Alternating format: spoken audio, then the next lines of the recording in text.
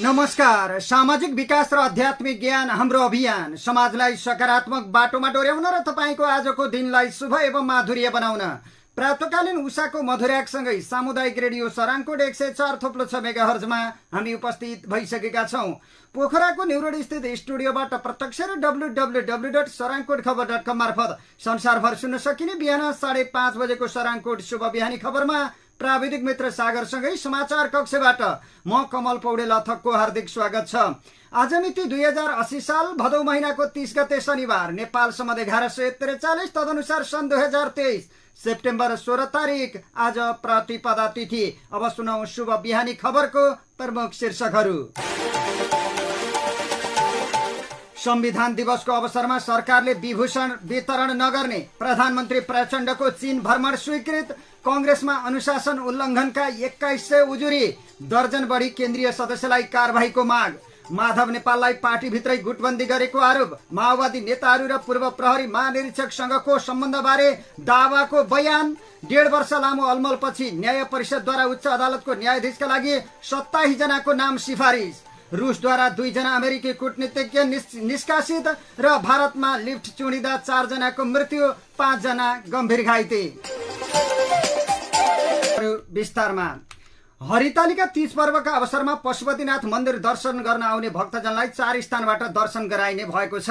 कोषले यस वर्षको हरितालिका तीज पर्वका अवसरमा पशुपतिनाथको दर्शनमा आउने व्रतालु भक्तजनका लागि सहज बनाउन 4 स्थानबाट लामको व्यवस्थापन गर्न लागेको हो। तीजको तयारीका लागि शुक्रबार कोषले आयोजना गरेको छलफलमा कोटेश्वरका 3 कुने सिनामंगल क्षेत्रबाट आउने भक्तजनका लागि तिलगंगा पर्यटक टिकट काउन्टर क्षेत्रबाट प्रवेश गरी राम मन्दिर आर्यघाट क्षेत्र हुँदै पूर्वी ढोकाबाट पशुपतिनाथ मन्दिर प्रवेश गर्ने व्यवस्था गरेको जानकारी दिएको छ। यो मार्गबाट प्रवेश गर्ने भक्तजनको जुत्ता चप्पल आर्यघाट जाने बागमती नदी माथिका 2 पुल पार गरेपछिको मध्य क्षेत्रमा राख्ने गरी व्यवस्था मिलाइएको छ। तीजमा दर्शन गर्ने भक्तजनका लागि यो सहित 4 वटा लामको व्यवस्था गरिएको हो। दोस्रो लाम मित्र पार्क क्षेत्रबाट प्रवेश गर्न पाउने गरी व्यवस्था गरिएको छ। त्यहाँबाट प्रवेश गर्ने भक्तजनको जुत्ता चप्पल शंकराचार्य मठ अघिको क्षेत्रमा राख्न सकिने गरी व्यवस्था गरिएको छ। तेस्रो लाम गौशाला पिङ्गल स्थान पञ्चल देव क्षेत्रबाट अघि बढ्ने व्यवस्था मिलाइएको छ। यसबाट प्रवेश गर्ने भक्तजनको जुत्ता चप्पल वज्र घर अघिको भागमा राख्ने पशुपति क्षेत्र विकास कोषले जनाएको छ। सरकारले यस वर्ष संविधान दिवसको अवसरमा विभूषण वितरण नगर्ने भएको छ। हिजो बसेको मन्त्री परिषद बैठकले राष्ट्रपतिबाट प्रदान गर्दै आएको विभूषण वितरण कार्यलाई मर्यादित एवं थप व्यवस्थित बनाउन कार्यदल गठन गर्ने निर्णयसहित विभूषण वितरण कार्य स्थगित गरेको सरकारकी प्रवक्ता एवं संचार तथा सूचना प्रविधि मन्त्री रेखा शर्माले जानकारी दिएकी छन्। विभूषणको गरिमा बढाई राष्ट्रको सम्मानको रूपमा स्थापित गर्न अन्तर्राष्ट्रिय अभ्यास र विभूषण सम्बन्धी प्रचलित कानून समेतको अध्ययन गरी 3 महिनाभित्र प्रतिवेदन पेश गर्ने गरी कार्यदल गठन गर्ने निर्णय गरेको प्रवक्ता शर्माले बताएकी छन्। यस्तै बैठकले नेपाल नागरिकता तेस्रो संशोधन नियमावली 2080 स्वीकृत गर्ने, कर प्रणालीको सुधारका लागि पूर्व मन्त्री विद्याधर मल्लिकको संयोजकत्वमा समिति गठन गर्ने, साल्ट ट्रेडिङ कर्पोरेसन र खाद्य व्यवस्था तथा व्यापार कम्पनी लिमिटेडलाई 50% भन्सार महसुल छुट गरी 10-10 हजार मेट्रिक टन चिनी आयात गर्न स्वीकृति दिने, शुक्लाफाँटा राष्ट्रिय निकुञ्ज पीडितको न्यायिक समस्या स्थायी रूपमा समाधानका लागि अधिकार सम्पन्न न्यायिक आयोग गठन गर्ने लगायतका निर्णय गरेको प्रवक्ता शर्माले जानकारी दिएकी छन्। सरकारले प्रधानमन्त्री पुष्पकमल दाहाल प्रचण्डको चीन भ्रमण स्वीकृत गरेको छ। हिजो बसेको मन्त्री परिषदको बैठकले प्रधानमन्त्री प्रचण्डको चीन भ्रमण स्वीकृत गरेको सरकारकी प्रवक्ता एवं संचार तथा सूचना प्रविधि मन्त्री रेखा शर्माले जानकारी दिएकी छन्। प्रधानमन्त्री प्रचण्ड संयुक्त राष्ट्र संघको 78औं महासभालाई सम्बोधन गरेर असोज 5 गते न्युयोर्कबाट चीन जाने कार्यक्रम तय भएको छ। प्रधानमन्त्रीको रूपमा प्रचण्डको यो तेस्रो चीन भ्रमण हो। प्रचण्डले असोज 4 गते संयुक्त राष्ट्र संघको 78औं महासभालाई न्युयोर्कमा सम्बोधन गर्ने कार्यक्रम रहेको छ। प्रधानमन्त्रीको चीन भ्रमणका क्रममा ऊर्जा, भौतिक पूर्वाधार, यातायात, कृषि लगायतका विषयमा द्विपक्षीय छलफल र केही विषयमा समझदारी हुने समेत बताइएको छ। नेपाली कंग्रेसमा अनुशासनको कारबाही माग गर्दै 2100 बढी उजुरी परेका छन्। वडाका पदाधिकारीदेखि केन्द्रीय सदस्यसम्मलाई कारबाहीको माग गर्दै अनुशासन समितिमा उजुरी परेका हुन्। अनुशासन समितिका संयोजक आनन्द ढुङ्गानाले प्राप्त उजुरीको प्रकृति अनुसार अध्ययन सुरु भएको जानकारी दिएका छन्। उनका अनुसार दर्जन बढी केन्द्रीय सदस्य विरुद्ध अनुशासन समितिमा उजुरी परेको छ। प्राप्त भएका मध्ये स्थानीय प्रदेश र संघीय निर्वाचनमा कंग्रेस उम्मेद्वारलाई असहयोग र अन्तर्घातका उजुरी बढ्ता रहेको अनुशासन समितिले जनाएको छ। 46 जिल्लाबाट अनुशासनको कारबाही माग गर्दै उजुरी दर्ता गरिएको छ। सबैभन्दा बढी उजुरी मध्य प्रदेशका 8 जिल्लाबाट रहेको छ। अनुशासन समितिले उजुरीका लागि 30 भदौसम्मको अन्तिम म्याद तोकेको छ। जिल्लाले पठाएको उजुरी प्रदेशले समयमा केन्द्रमा नपठाएकाले म्याद थप गरिएको कंग्रेस केन्द्रीय कार्यालयका सचिव प्रेम केसीले जानकारी दिएका छन्। पार्टीको उम्मेद्वार वा पार्टीले समर्थन गरेको उम्मेद्वार विरुद्ध उम्मेद्वार भएमा वा त्यस्तो उम्मेद्वारको प्रस्तावक वा समर्थक भएमा वा निर्वाचनको समयमा पार्टीको उम्मेद्वारका विरुद्धमा प्रत्यक्ष वा अप्रत्यक्ष रूपमा विरोध गरेमा वा असहयोग हुने कार्य गरेमा अनुशासन उल्लङ्घन भएको ठहर हुने विधानको व्यवस्था छ। साथै पार्टीको विधान, नियमावली, आदर्श, सिद्धान्त, पार्टीको आचार संहिता पालना नगर्नु र नीति विपरीत कार्य गर्नुलाई अनुशासन उल्लङ्घन भएको ठहर्ने गरी विधानको व्यवस्था रहेको छ। अनुशासन समितिले पूर्णता प्राप्त गरेसँगै उजुरीका प्रकृति हेरेर अध्ययन सुरु गरिएको समितिका सदस्य ध्रुव वाग्लेले जानकारी दिएका छन्। समितिले मुख्य गरी महासमिति बैठकलाई ध्यानमा राखेर अध्ययन गरेको वाग्लेले जानकारी दिएका छन्। 25 जिल्लामा महासमितिका लागि अधिवेशन भएको छैन। महासमिति प्रतिनिधि छनौट नभएका ती 25 जिल्लाबाट आएका उजुरीलाई प्राथमिकता दिएको अनुशासन समितिले जनाएको छ। प्रतिनिधि सभा निर्वाचन क्षेत्रबाट 11 जना महासमिति प्रतिनिधि छनौट गरिने व्यवस्था रहेको छ। अहिले महासमिति प्रतिनिधि नछानिएका जिल्लाहरूका उजुरी र विवाद मिलाउन लागेका छौं, समिति सदस्य वाग्लेले भने। महासमिति बैठकपछि गम्भीर प्रकृतिका अरू उजुरी हेर्नेछौं। अनुशासन उल्लङ्घनका लागि 2 प्रकृतिबाट उजुरी दिने व्यवस्था गरेको छ। जिल्ला र प्रदेशले कारबाहीको माग गर्दै केन्द्रमा सिफारिस गर्ने व्यवस्था छ। उजुरी दिने दोस्रो विधि उम्मेद्वार स्वयंले असहयोग गर्नेको नाम किटान गरेर उजुरी गर्ने व्यवस्था समेत रहेको छ। तल्लो तह हुँदै प्रक्रियागत रूपमा उजुरी केन्द्रमा आएका छन्। ठाडो उजुरी पनि अनुशासन समितिमा परेको छ। प्रक्रियागत र ठाडो उजुरीको संख्या बराबर जस्तै रहेको समितिले जनाएको छ। ठाडो उजुरी अध्ययनका लागि नोटिसमा राखिने भए पनि कारबाही प्रक्रिया अघि बढाउने विधि छैन। कि उम्मेद्वारले उजुरी गर्नु पर्यो वा जिल्ला अनुशासन समिति र प्रदेश अनुशासन समितिले गर्नु पर्दछ। वैधानिक बाटोबाट नआएका उजुरीको सुनवाई गर्ने व्यवस्था नै छैन, समिति सदस्य वाग्लेले भने। अनुशासनको सिफारिस र कारबाहीमा कंग्रेसभित्र सधैँ जसो विवाद हुँदै आएको छ। प्रतिशोध राखेर एक पक्षले अर्कोको विरुद्धमा लागेको आरोप प्रत्यारोप हुँदै आएको छ। कारबाही गर्नुपर्ने वा सफाई दिनुपर्ने भए सर्वसम्मत निर्णय गरिने समिति संयोजक ढुङ्गानाले दावी गरेका छन्। सहमतिबाट नै कारबाही गर्ने हो, सहमति हुन नसके बहुमतबाट निर्णय लिने वैधानिक बाटो छ। मलाई लाग्दैन कि बहुमतबाट निर्णय लिनुपर्ने हुन्छ, ढुङ्गानाले भनेका छन्। अनुशासन समितिमा ढुङ्गाना, वाग्ले, केन्द्रीय सदस्यहरू ईश्वरी न्यौपाने, सञ्जय कुमार गौतम र राजीव कोइराला रहेका छन्। गौतम र कोइराला संस्थापन हितरका हुन्। कथम बहुमतबाट निर्णय हुने अवस्था बने बहुमत संख्या समितिमा संस्थापन पक्षको रहेको छ। गम्भीर प्रकृतिको अनुशासन उल्लङ्घन भएको ठहर भएमा केन्द्रीय सदस्य पनि कारबाहीमा पर्ने समिति सदस्य वाग्लेले दावी गरेका छन्। उजुरी आएका केन्द्रीय सदस्य अनुशासनको दायरामा नआउने भन्ने हुँदैन। विगतमा हामीले आम माफी दिँदै आयौं, त्यसले विकृति झन बढायो, वाग्लेले भने। केन्द्रीय अनुशासन समितिलाई छानबिन स्पष्टीकरण लिने र निर्णय गर्ने पूर्ण अधिकार छ। केन्द्रीय अनुशासन समितिले प्रदेश वा जिल्ला अनुशासन समितिलाई निर्देशन समेत दिन सक्नेछ। जिल्ला, प्रदेश र केन्द्रीय गरी 3 तहको अनुशासन समिति भए पनि कारबाहीको अन्तिम अधिकार केन्द्रलाई रहेको छ। पार्टीबाट निलम्बन गर्दा बढीमा 1 वर्ष र निष्कासन गर्दा बढीमा 5 वर्षका लागि गर्न सक्ने समितिलाई अधिकार छ। अनुशासन समितिले गरेको कारबाहीमा चित्त नबुझे केन्द्रीय कार्य समितिमा पुनरावेदन गर्न सकिने व्यवस्था रहेको छ। गत निर्वाचनमा बागी उम्मेद्वार बनेर निर्वाचित भएका र कंग्रेसमा फर्कन चाहेकाहरूको कारबाही फिर्ता गरिएको छ। साउन 10 मा सकिएको केन्द्रीय समिति बैठकले कंग्रेसको बागी उम्मेद्वार बनेर जितेका 14 जनाको कारबाही फिर्ता गरेको छ। ती 14 जना स्थानीय प्रदेशमा निर्वाचित भएका छन्। सराङकोट शुभ बिहानी खबरमा अब बाँकी खबरहरू। राष्ट्रिय भूमि आयोगले विभिन्न जिल्लाका 24वटा पालिकाका भूमिहीन, दलित, सुकुम्बासी र अव्यवस्थित बसोबासीलाई जग्गा उपलब्ध गराउन लगत संकलन थालेको छ। आयोगले हिजो सूचना निकालेर सम्बन्धित पालिकाका वडाका तोकिएका ठाउँमा खटिएका लगत संकलक मार्फत निवेदन आह्वान गरेको हो। हिजोदेखि 35 दिनभित्र निवेदन दिइसक्नुपर्ने सूचनामा भनिएको छ। कोशी प्रदेशमा उदयपुरको उदयपुरगढी गाउँपालिका, ताप्ली गाउँपालिका, खिम्चुबुङ गाउँपालिकामा निवेदन दिन आयोगले आग्रह गरेको छ। यस्तै मध्य प्रदेशमा सप्तरीको हनुमाननगर, कंकालिनी नगरपालिका, सिराहाको नवराजपुर गाउँपालिका, सिराहा नगरपालिका, सर्लाहीको हरिपुर नगरपालिका, बर्मपुरी गाउँपालिका, बाराको आदर्श कोतवाल गाउँपालिका, पर्सौनी गाउँपालिका, रौतहटको पहोरा नगरपालिका, देवाई गोनाही नगरपालिका, फतुवा विजयपुर नगरपालिका, मौलापुर नगरपालिका, ईशानाथ नगरपालिका, बौद्धिमाई नगरपालिका र राजपुर नगरपालिकामा पनि निवेदन दिन सकिनेछ। त्यसैगरी बागमतीमा रामेछाप खानादेवी गाउँपालिका, काठमाडौँको शङ्खरापुर नगरपालिका, भक्तपुरको सूर्यविनायक नगरपालिका तथा गण्डकीमा बागलुङको बरेङ गाउँपालिकामा निवेदन दिन सकिनेछ।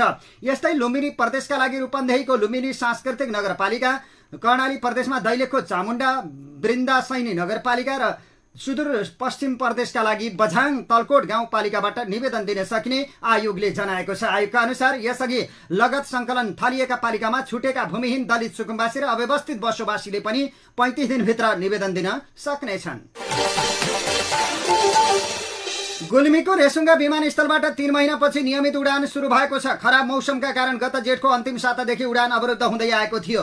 मौसममा सुधार आएसँगै शुक्रबार नेपाल एयरलाइन्सको विमानले उडान गरेको Nepal airlines Resunga station incharge Suman थापाले जानकारी दिएका छन्। शुक्रबार काठमाडौँबाट गुल्मी 11 जना यात्रु सवार थिए। रेसुङ्गाबाट काठमाडौँका लागि मात्रै 3 जना यात्रु थिए। खराब मौसमका कारण पटक पटक विमान उडान नभएपछि यात्रुमा विश्वास घट्दै गएको थियो। अब मौसम हेरेर हप्ताको एक दिन शुक्रबार उडान गर्ने थापाले बताएका छन्। नागरिक उड्डयन प्राधिकरणले हप्ताको 2 दिन उडान गर्ने अनुमति दिएको छ। रेसुङ्गा विमानस्थलका लागि काठमाडौँबाट 6:30 उडान गर्ने गर्दछ। रेसुङ्गा विमानस्थलबाट काठमाडौँका लागि बिहान 7:45 जाँदा उडान गर्ने समय तालिका रहेको छ। पछिल्लो समय सरकारले भाडा दर बढाएसँगै भाडा दर वृद्धि भएको छ। रेसुङ्गादेखि काठमाडौँका लागि 7,080 रुपियाँ र काठमाडौँदेखि रेसुङ्गाका लागि 7,280 रुपियाँ भाडा दर कायम गरिएको थापाले बताएका छन्। रेसुङ्गा विमानस्थलबाट गत वैशाखको अन्तिम सातादेखि व्यावसायिक उडान सुरु भएको थियो। यस एयरलाइन्समा VFR सिस्टमबाट उडान हुने गरेको छ। रेसुङ्गा विमानस्थलमा बिहानी समयमा मात्र उडानका लागि उपयुक्त हुने प्राधिकरणको निष्कर्ष रहेको छ। विमानस्थलबाट 18 सिट क्षमताको जहाजले उडान गर्दै आएको छ। संसदीय सुनवाई समितिले सर्वोच्च अदालतको न्यायाधीशमा विनोद शर्माको नाम सर्वसम्मतिले अनुमोदन गरेको छ। शर्माको नाम सर्वसम्मतिले अनुमोदन भएको समिति सभापति पशुपति शमशेर जबराले जानकारी दिए। अब राष्ट्रपतिले नियुक्त गर्ने संवैधानिक व्यवस्था रहेको छ। न्याय परिषदले विनोद शर्मालाई सर्वोच्च अदालतको न्यायाधीशका रूपमा नियुक्तका लागि प्रक्रिया अघि बढाउन संवैधानिक परिषदलाई दोस्रो पटक लेखी पठाएको थियो। प्रस्तावित न्यायाधीश विनोद शर्माले सबैका लागि न्याय सुनिश्चित गर्न आफू लागि पर्ने बताए। सिंहदरबारमा बसेको संघीय संसदको संसदीय सुनवाई समितिको बैठकमा आफ्नो भावी योजना प्रस्तुत गर्ने क्रममा उनले यो प्रतिबद्धता व्यक्त गरेका हुन्। न्यायमा ढिलासुस्ती र खर्चिलोपन हुन नदिनका लागि आफूले सक्दो पहल गर्ने शर्माको भनाइ छ। प्रस्तावित न्यायाधीश शर्माले मानवाधिकारको विश्वव्यापी घोषणा, संवैधानिक तथा कानूनद्वारा प्रदत्त अधिकारको उल्लङ्घन भएमा प्रत्येक व्यक्तिलाई सक्षम अदालतबाट प्रभावकारी कानूनी उपचारको व्यवस्था गरेकाले सबैलाई न्यायबाट वञ्चित हुनुपर्ने अवस्था नरहेको दाबी गरिएको छ। ब्रेक्सुमा राखेर 60 किलो सुन तस्करी गरेको आरोप लागेकाहरूमाथि काठमाडौँ जिल्ला अदालतमा आइतबार मात्रै मुद्दा दर्ता हुने भएको छ। नेपाल प्रहरीको केन्द्रीय अनुसन्धान ब्युरो CIB ले 60 किलो सुन प्रकरणमा 50 जनालाई प्रतिवादी बनाएको छ। यो प्रकरणमा 32 जना पक्राउ परेका छन् भने 18 जना फरार रहेका छन्। पक्राउ परेका 32 जना मध्ये 6 जनालाई मुद्दा नचलाउन CIB ले सिफारिस गरेको छ। CIB ले सुन तस्करी प्रकरणको अनुसन्धान प्रतिवेदन गत बुधबार सरकारी वकिलको कार्यालयमा बुझाएको थियो। त्यो प्रतिवेदन माथि सरकारी वकिल र CIB बीच थप छलफल चलिरहेकाले आइतबार मात्रै मुद्दा दर्ता हुने स्रोतले जनाएको छ। प्रतिवादीहरूलाई अवैध सुन चोरी, पैठारी, संगठित अपराध नागरिकता ऐन, राहदानी ऐन र अध्यागमन ऐन अनुसार मुद्दा चलाउन CIB ले सिफारिस गरेको छ।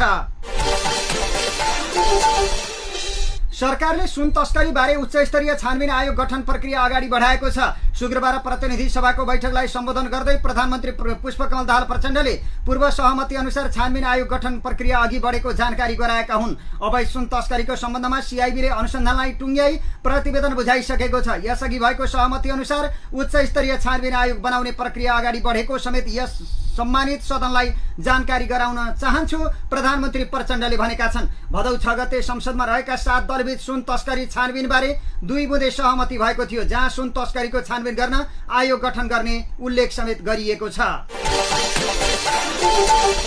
प्रतिनिधि सभाको बैठक असोज 14 गते दिउँसो 1 बजेसम्मका लागि स्थगित भएको छ। हिजो बसेको बैठकमा संयुक्त राष्ट्रसङ्घको महासभा र चीन भ्रमणबारे प्रधानमन्त्री प्रचण्डले जानकारी गराएका छन्। यस्तै बैठकले केही नेपाल ऐन संशोधन गर्न बनेको विधेयक 2080 लाई दफावार छलफलका लागि सम्बन्धित समितिमा पठाइयोस् भन्ने प्रस्ताव सर्वसम्मतिले स्वीकृत गरेको छ।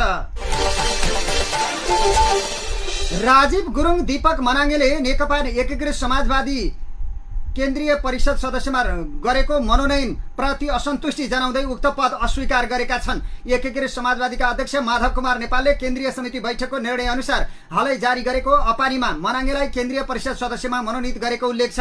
तर मनाङेले सामाजिक सञ्जाल फेसबुकमा उक्त पदप्रति असन्तुष्टि जनाउँदै अस्वीकार गरेको घोषणा गरेका छन्। एउटै व्यक्तिले अनेक पदको भारी बोक्नु राम्रो होइन, त्यसैले मलाई दिएको जिम्मेवारी स्वीकार्य नभएको र पद पार्टीकै अन्य योग्य युवाहरूलाई दिँदा पार्टीलाई अझ बढी फाइदा हुन्छ मनाङेले भनेका छन्। यसअघि रामकुमारी झाँक्री, राजु गुरुङ लगायतले पनि कार्यविभाजन प्रति असन्तुष्टि जनाएका छन्।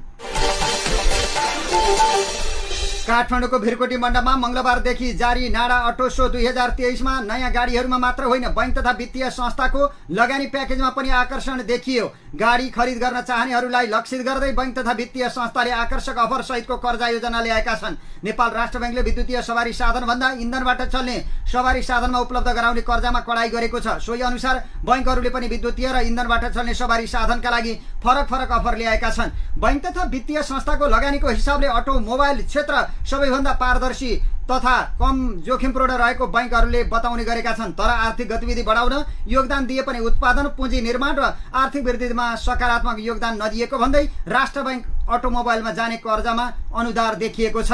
राष्ट्र बैंकले ठूला र विलासिताका गाडी खरिदमा प्रभाव हुने कर्जाको जोखिम भार 150% तोकेको छ, जसले बैंकहरूलाई हायर पर्चेज कर्जा लगानीमा निरुत्साहित गर्दै आएको छ। 7 साउनमा सार्वजनिक गरेको आर्थिक वर्ष 2080-81 को मौद्रिक नीतिमा राष्ट्र बैंकले 25 लाखसम्मको हायर पर्चेज कर्जाको जोखिम भार 150%बाट 100% कायम गरेको छ। तर व्यवसायीहरूले भने सबै प्रकारका अटो कर्जामा 100% जोखिम भार कायम गर्न माग गर्दै आएका छन्। नेकपा एकीकृत समाजवादीका अध्यक्ष माधव कुमार नेपालको हस्ताक्षर राखेर बिहिबार सार्वजनिक भएको अन्तर्पार्टी निर्देशन 11 प्रति चर्को असन्तुष्टि देखिएको छ। नेताहरूको जिम्मेवारी हेरफेर सहित जारी 34 पृष्ठ लामो अपानी प्रति पूर्व प्रधानमन्त्री झलनाथ खनाल आफैले सार्वजनिक असन्तुष्टि जनाएका छन्। नेताहरूका अनुसार अध्यक्ष नेपालले आफ्ना विश्वासिला नेताहरूलाई प्राथमिकतामा राखेर एकलौटी जिम्मेवारी हेरफेर गरेको भन्दै खनाल र उनी निकट नेताहरूको अपानी प्रति असन्तुष्टि देखिएको हो। नेता खनाल त अपानी नसच्याए पार्टीमा ठूलो समस्या आउन सक्ने बताएका छन्। पार्टीका सम्मानित नेता मलाई थाहा छैन, कुन कमिटीबाट निर्णय भएको भन्ने थाहा छैन। खनाल भन्छन् सार्वजनिक भएको अपानी मान्न सकिने अवस्था छैन, सचिएन भने के होला भन्ने त्यसपछि थाहा हुन्छ। आगामी 14 देखि 18 माघमा 10औं राष्ट्रिय महाधिवेशन गरिने मिति उल्लेख गरेर अपानी सार्वजनिक भएपछि केही नेताले पार्टी परित्यागकै घोषणा गरेका छन्। पार्टी छोडेको घोषणा गर्ने मध्ये रूपन्देहीका राजु गुरुङलाई अपानीले लुम्बिनी प्रदेश सचिवको जिम्मेवारी दिएको छ। गत चुनावमा रूपन्देही 2बाट उम्मेद्वार रहेका उनी प्रदेश अध्यक्षकै चाहनामा रहेका थिए, तर अपानीमा लुम्बिनी प्रदेश अध्यक्षको जिम्मेवारी सोमप्रसाद पाण्डेलाई दिएको छ। पाण्डे आर्थिक विभाग प्रमुख र महाधिवेशन आर्थिक संकलन समिति सदस्य समेत रहेका छन्। पाल्पा 2बाट प्रतिनिधि सभा सदस्यको चुनाव लडेका पाण्डे यसअघि आर्थिक विभाग प्रमुख रहेका थिए। अध्यक्ष नेपालले आफ्नो नातेदार पाण्डेलाई तिहेरो जिम्मेवारी दिँदै अपानी जारी गरेको भन्दै गुरुङले पार्टी परित्यागको घोषणा गरेका हुन्। अपानी पुरापुरी एकलौटी छ। माधव नेपाललाई प्रश्न गर्नेहरूलाई भित्तामा पुर्याउने काम गरिएको छ।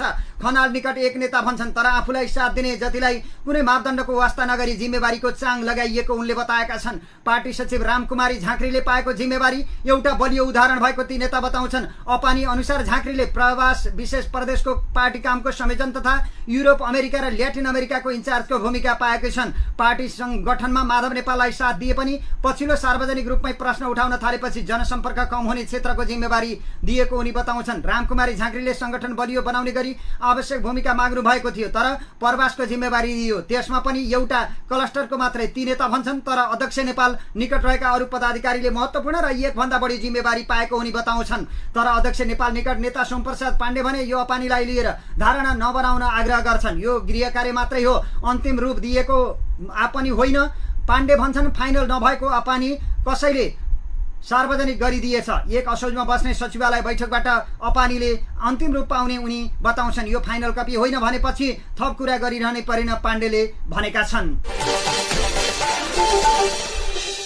60 किलो सुन तस्करी प्रकरणमा सीआईबीको हिरासतमा रहेका तिब्बती मूलका बेल्जियन नागरिक दावा छिरिङले माओवादी केन्द्रका नेता वर्षमान पुन र पूर्व उपराष्ट्रपति नन्दबहादुर पुन पासाङसँग आफ्नो पारिवारिक सम्बन्ध मात्रै रहेको बयान दिएका छन्। जिल्ला सरकारी वकिल कार्यालय काठमाडौँमा सीआईबीले बुझाएको दावाको बयानमा उनले माओवादी नेतासँग श्रीमतीको माइती भएको कारण पारिवारिक सम्बन्ध मात्रै रहेको बताएका हुन्। सीआईबीले गरेको 71 सवाल जवाफमा दावाले माओवादी केन्द्रका नेता वर्षमान पुनसँग विशुद्ध पारिवारिक सम्बन्ध मात्रै रहेको बयान दिएका हुन्। सीआईबीले आफ्नो जवाब सवालको 51 नम्बर बुँदामा दावासँग सोधेको प्रश्न र जवाब यस प्रकार रहेको छ। तपाईँ र नेपालका पूर्व उपराष्ट्रपति नन्दकिशोर पुन पासाङ बीच सम्बन्ध रहेको भनी तपाईँ र पूर्व उपराष्ट्रपति नन्दकिशोर पुन पासाङ सँगै रहेको फोटो सामाजिक सञ्जाल तथा पत्र पत्रिकाहरूमा आएको हुँदा तपाईँ र पूर्व उपराष्ट्रपति नन्दकिशोर पासाङ बीच के कस्तो सम्बन्ध रहेको छ खुलाउनुहोस्। मेरो श्रीमती, उनले उत्तरमा भनेका छन्, मेरो श्रीमती अमला रोका मगरको माइती रोल्पा जिल्लामा भएको र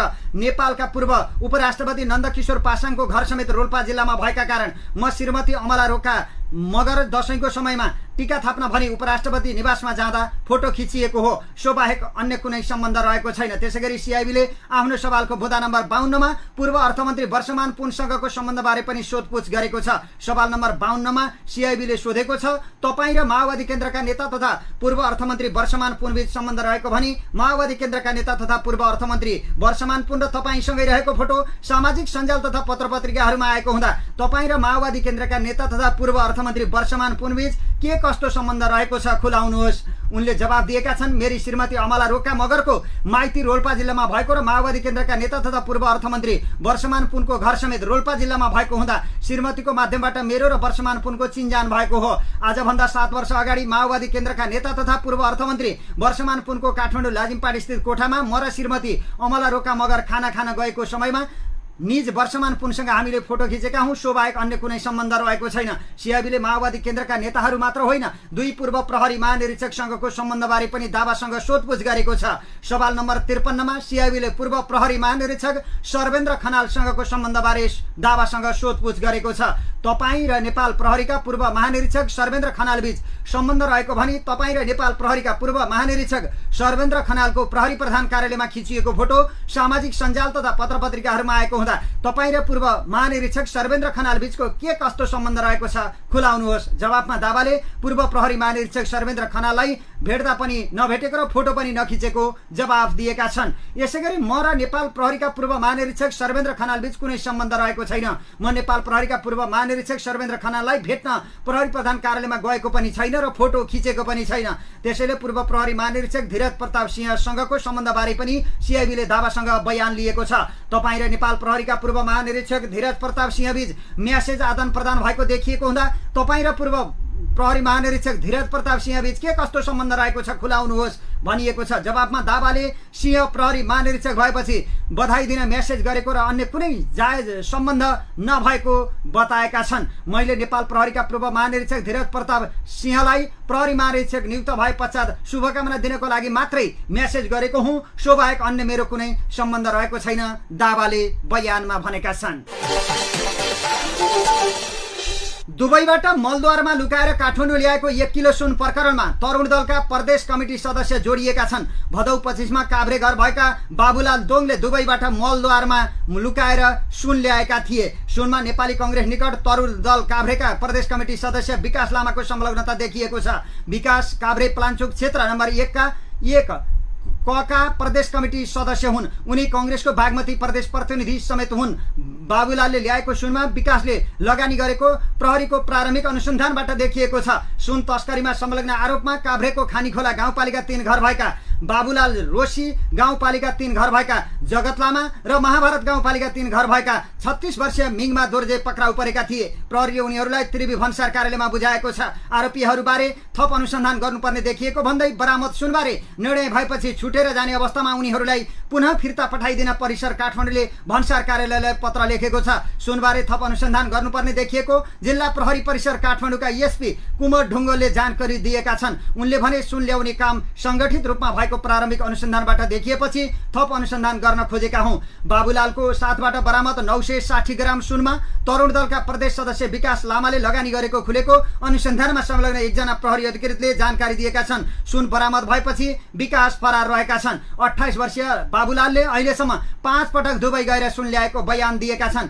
प्रहरीसँग उनले भनेका छन्, करिब 5 किलो ल्याएको छु। बाबुलाल, विकास र जगत लामाले सुन तस्करी गर्न भरियाको रूपमा परिचालन गरेको खुलासा भएको छ। सुन बरामद भएसँगै उनीहरूले सुन लिन पठाएका 6 जना भरिया दुबईमा रोकाएका छन्। विकास लामा प्रदेश सभाको समानुपातिक सांसदका लागि पनि सिफारिस भएका थिए। उनी कांग्रेस बागमती प्रदेशको प्रचार प्रसार विभागको सदस्य पनि हुन्। उनी बागमती प्रदेशका खानेपानी ऊर्जा तथा जलस्रोत मन्त्री तीर्थ लामा निकट मानिन्छन्।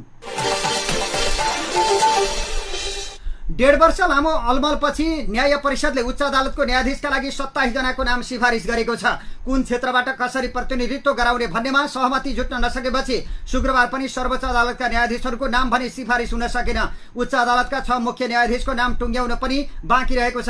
केही दिनदेखि न्यायाधीश नियुक्तिको गृह कार्य गरिरहेका न्याय परिषदका पदाधिकारीहरूले शुक्रबार उच्च अदालतमा 27 जनाको नाम सिफारिस गर्ने निर्णय गरेका हुन्। यसअघि नै 56 जना खाली रहेको उच्च अदालतमा अझै 29 न्यायाधीशको नाम सिफारिस हुन बाँकी छ। न्याय परिषदका प्रवक्ता मानबहादुर कार्कीका अनुसार पहिलो चरणमा 27 जनाको नाम टुङ्गो लागेको हो भने बाँकीको हकमा क्रमशः सिफारिस हुँदै जानेछ। तत्कालीन प्रधान न्यायाधीश चोलेन्द्र शमशेर जबरा विरुद्ध असोज 2079 मा न्यायाधीशहरू आन्दोलित भएपछि रिक्त पदमा नियुक्ति प्रक्रिया अगाडि बढ्न सकेको थिएन। उनीमाथिको महाअभियोगपछि नियुक्त प्रक्रिया अघि बढाउन प्रयास भए पनि न्याय परिषदका पदाधिकारीहरू निर्णयमा पुग्न सकेका थिएनन्। गत वर्ष सुरुमा उच्च अदालतमा 27 न्यायाधीशको पद रिक्त रहेको थियो। न्याय परिषदले नियुक्ति सम्बन्धी निर्देशिका बनाई 27 जना न्यायाधीशका लागि 81 जनाको सूची रोस्टर निकालेको थियो। उच्च अदालतमा रिक्त न्यायाधीश पद बढेर 56 पुग्यो, तर नाम सिफारिस हुन सकेन। हरिकृष्ण कार्की प्रधान न्यायाधीश भएपछि उनले नियुक्तिको प्रयास गरेका थिए, तर कानून मन्त्री धनराज गुरुङ लगायत परिषदका अरू पदाधिकारीहरूसँगको असमझदारीपछि नाम सिफारिस हुन सकेन।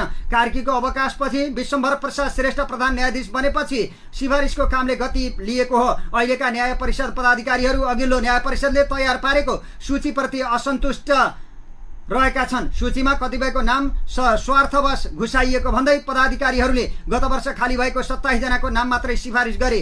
81 जनाबाट छानेर 27 जनालाई मात्रै उनीहरूले सिफारिस गरेका छन्। बाँकीको हकमा भने फेरि सुरुदेखि प्रक्रिया अघि बढाउने तयारी गरिएको छ। परिषदले यो पटक न्याय सेवा मध्येबाट न्याय प्रशासन, सरकारी वकिल र कानून समूहबाट एक जनाको नाम सिफारिस गरेको छ, तर हाल सेवामा रहँदाको वरिष्ठता क्रम तोडिएको छ। सराङकोट शुभ बिहानी खबरमा अब बाँकी खबरहरू। भारतमा ग्रेटर नोएडा स्थित एउटा निर्माणाधीन आवासीय भवनको लिफ्ट चुँडिँदा 4 जनाको मृत्यु भएको छ भने 5 जना गम्भीर घाइते भएका छन्। ग्रेटर नोएडाका जिल्ला प्रमुख मनिष वर्माका अनुसार 4 जनाको मृत्यु भएको छ भने गम्भीर घाइते भएका 5 जनालाई नजिकको अस्पतालमा भर्ना गरिएको छ। घटनाबारे अनुसन्धान भइरहेको छ। घटनास्थल र अस्पतालमा प्रहरी परिचालन गरेर कानुनी कारबाही एवं उचित उपचार सुनिश्चित गर्न भनिएको छ। रुसी सरकारले 2 जना अमेरिकी कूटनीतिज्ञलाई निष्कासन गरेको छ। मस्को स्थित अमेरिकी राजदूतावासमा काम गरेका 1 जना रुसी नागरिकसँग सम्पर्क कायम गरेको अभियोगमा उनीहरूलाई निष्कासन गरिएको हो। अमेरिकी प्रसारण संस्था केबल न्यूज नेटवर्क CNN का अनुसार अमेरिकी दूतावासका पूर्व कर्मचारी रुसी नागरिकलाई सूचक भएको आरोप लगाएर कूटनीतिक द्वय जेफ्री सिलिन र डेभिड बर्नस्टेनलाई 1 साताभित्र रुस छाड्न आदेश दिएको हो। संयुक्त राज्य अमेरिकाले रुसको उक्त निर्णयको निन्दा गर्दै मस्कोलाई रचनात्मक कूटनीतिज्ञ संलग्नतामा द्वन्द्व निम्त्याएको टिप्पणी गरेको छ। अमेरिकी विदेश मन्त्रालयका प्रवक्ता म्याट मिलरले रुसी निर्णयका निम्ति मस्कोलाई उचित जवाफ दिने बताएका छन्। वाशिंगटनमा बिहिबार भएको पत्रकार सम्मेलनमा प्रवक्ता मिलरले अमेरिकी कूटनीतिक कर्मचारीलाई अकारण निष्कासनको आदेश दिएको तथा दूतावासका कर्मचारीहरूलाई मात्र नभई आफ्नै नागरिकहरूलाई पनि मस्कोले धम्काइरहेको बताएका थिए। रुसी सञ्चार माध्यममा सार्वजनिक भएका समाचार सामग्रीको मिडिया क्लिप उपलब्ध गराउने रोबर्ट सोनोभलाई पक्राउ गरिएको जानकारी उनले दिएका छन्। रुसले देश छाडेर जान आदेश दिएका अमेरिकी कूटनीतिज्ञले रुस नछाडेको पनि उनले बताएका छन्। वाशिंगटन र मस्को बीचको सम्बन्ध तनावपूर्ण बनेका बेला रुसले अमेरिकी कूटनीतिज्ञलाई देश छाड्न भनेको हो। निष्कासन गरिएका कूटनीतिज्ञहरूले रुसको आन्तरिक मामलामा हस्तक्षेप हुने गरी गैर कानूनी एवं गैर कूटनीतिक गतिविधि सञ्चालन गरेको रुसी विदेश मन्त्रालयले एक विज्ञप्ति निकालेर बताएको छ। रुसको राष्ट्रिय सुरक्षामा खलल पुग्ने गतिविधिमा जेफ्री सिलिन र डेभिड बर्नस्टेन लागेका तथा उनीहरूले रोबर्टसँग गोप्य सहयोग मागेर त्यसको बदलामा निजलाई आर्थिक सहयोगको प्रस्ताव मागेको जनाइएको छ। सोराङकोट शुभ बिहानी खबरको अन्त्यमा प्रमुख खबरका शीर्षकहरू फेरि एकपटक। तीजमा पशुपतिनाथका 4 स्थानबाट दर्शनको व्यवस्था। प्रतिनिधि सभाको बैठक असोज 14 गतेसम्मका लागि स्थगित।